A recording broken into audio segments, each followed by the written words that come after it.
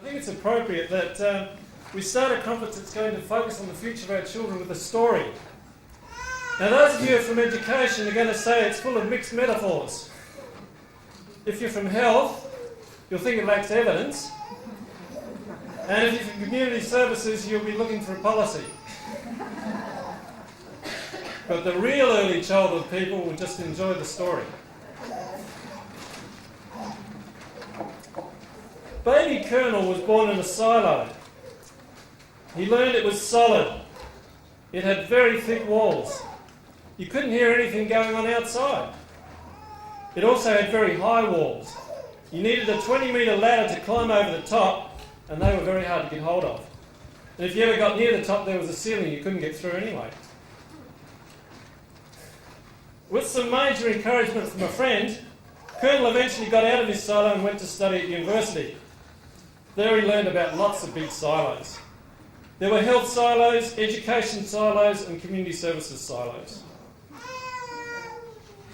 Some were co-located, but they still had the same thick, high walls and ceilings, and they all shared responsibility for early childhood policy as well. When Colonel graduated, he was sent out into the real world. There he found more big silos.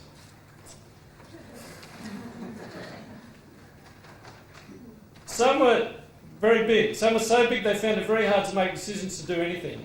Many of them even had competitions between them, as Alan was saying, to see who could build the biggest silo. Meanwhile, the number of children needing protection trebled. Some silo thinkers didn't realise that children learn and develop through their relationships with others, and they tried to separate the parents from the professional experts. Some thought it was so important that they shouldn't even speak to each other. Some silo thinkers thought it was important to separate the church from the state.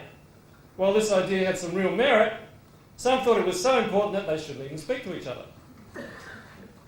Sometimes people in the federal and state government silos didn't speak to each other very well either. And in fact, it got serious, so serious that Colonel and his new child nearly lost the local parent and children's centre that was keeping them both sane. Then Uncle Fraser and some of his friends came to town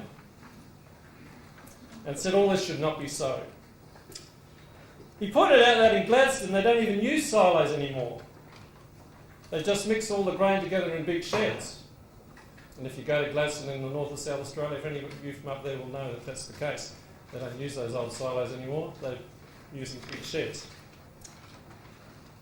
Colonel had the surprising thought that maybe the scientific method of inquiry had the unintended effect of creating a culture of specialists who lived in big silos rather than developing holistic general practitioners who could provide more family-friendly universal services. While the specialists were very good in a crisis, working with specific problems, they were not very good at early intervention, play-based education, and support for both children and parents in the early years. A more holistic, family-friendly, multidisciplinary, multicultural and multi-agency approach was needed. But this was found to be not easy to do.